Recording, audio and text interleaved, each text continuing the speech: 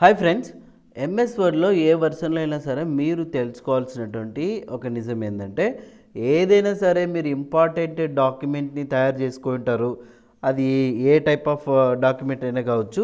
అది ఎవరికి కనిపించుకోకుండా నేను పాస్వర్డ్ ఇస్తేనే ఆ ఫైల్ ఓపెన్ కావాలి. ఎంటైర్ డాక్యుమెంట్కి సెక్యూరిటీ పెట్టుకోవాలంటే ఎలా అనేది ఇప్పుడు మనం తెలుసుకోబోతున్నాం. మీరైతే ఈ వీడియోని చివరి వరకు చూడండి, స్కిప్ చేయకుండా. ఇంకా మన ఛానల్ని సబ్స్క్రైబ్ చేసుకొని వాళ్ళు సబ్స్క్రైబ్ చేసుకొని బెల్ ఐకాన్ అయితే యాక్టివేట్ చేసుకోండి. సో ఇప్పుడు మనం లెసన్లోకి వెళ్ళిపోదాం.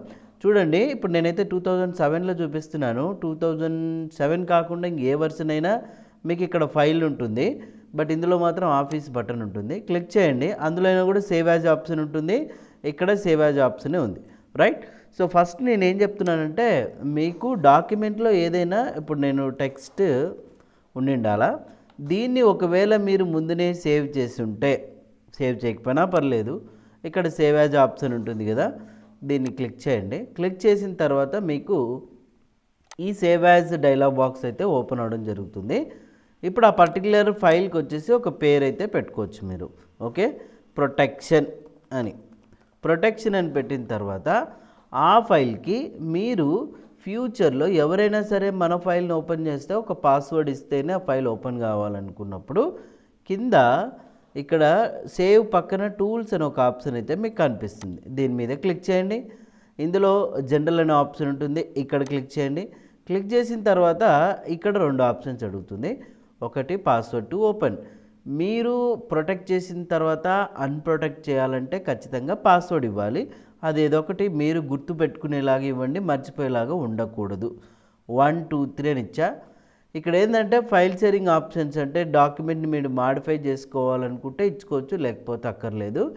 జస్ట్ మీరు ఓన్లీ సో ఇక్కడ మనం ఏం చేస్తున్నాము, డాక్యుమెంట్ని ఆ పాస్వర్డ్ ఒకటే ఇస్తున్నాం. అట్ ఏ టైం ప్రొటెక్షన్ కూడా పెట్టుకోవచ్చు డాక్యుమెంట్కి. ఇక్కడ క్లిక్ చేస్తే ఇక్కడ ప్రొటెక్షన్ కూడా పెట్టుకోవచ్చు. అంటే ఎవరైనా ఓపెన్ చేస్తే ఆ డాక్యుమెంట్ని మీరు ఏం చేయొచ్చు, మాడిఫై చేసుకోకూడదు, డిలీట్ చేసుకోకూడదు. ఏం చేసినా కూడా జస్ట్ చలనం లేకుండా ఉండాలంటే ప్రొటెక్షన్ పెట్టుకోవచ్చు అనమాట. ప్రస్తుతానికైతే మీకు ఓన్లీ ఇక్కడ సెక్యూరిటీ పెట్టడం అయితే చూపిస్తున్నాం. టూల్స్లోకి వెళ్ళిన తర్వాత జనరల్ ఆప్షన్లో ఇక్కడ పాస్వర్డ్ 1 2 3 ఇవ్వండి.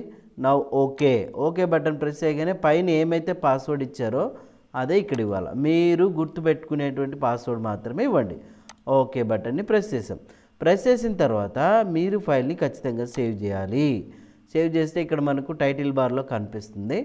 ఇప్పుడు నేను ఏం చేస్తున్నానంటే ఈ డాక్యుమెంట్ని క్లోజ్ చేస్తున్నాం. ఇక్కడ క్లోజ్ అంటే చూడండి, డాక్యుమెంట్ పూర్తిగా క్లోజ్ అయిందా. ఫ్యూచర్లో మీరు షట్ డౌన్ చేసి ఓపెన్ చేసిన మీ ఫైల్ని ఇప్పుడు ఓపెన్లోకి వెళ్తున్నాం. ఓపెన్.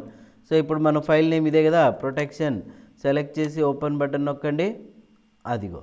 సో ఇప్పుడు మనకు ఎప్పుడైతే మనం ప్రొటెక్షన్ అనేది ఇచ్చామో ఇక్కడ ఒక పాస్వర్డ్ అనేది అడుగుతుంది.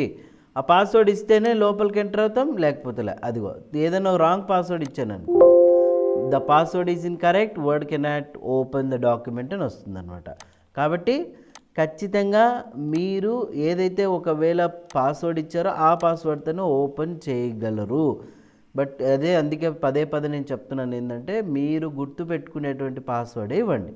ఇప్పుడు ఇక్కడ 1 2 3 ఇచ్చా. ఓకే బటన్ని ప్రెస్ చేయండి. ఓపెన్ అయిపోయిందా. సో ఇట్లాగా మీరు ఎంటైర్ డాక్యుమెంట్కి ఎవరికి తెలియకోకుండా సెక్యూరిటీ అయితే పెట్టుకోవచ్చండి, రైట్? మరి ఈ వీడియో నచ్చింది కదా, నచ్చితే వెంటనే ఆలస్యం చేయకుండా లైక్ అయితే చేయండి, షేర్ చేయండి, నలుగురికి తెలుస్తుంది. మరి ఇలాంటి అప్డేట్స్ కోసం మన ఛానల్ని మీరు తప్పకుండా సబ్స్క్రైబ్ చేసుకొని బెల్ ఐకాన్ అయితే యాక్టివేట్ చేసుకోండి. ఇట్లాంటి అప్డేట్స్ అన్నీ కూడా పొందొచ్చు. Thank you.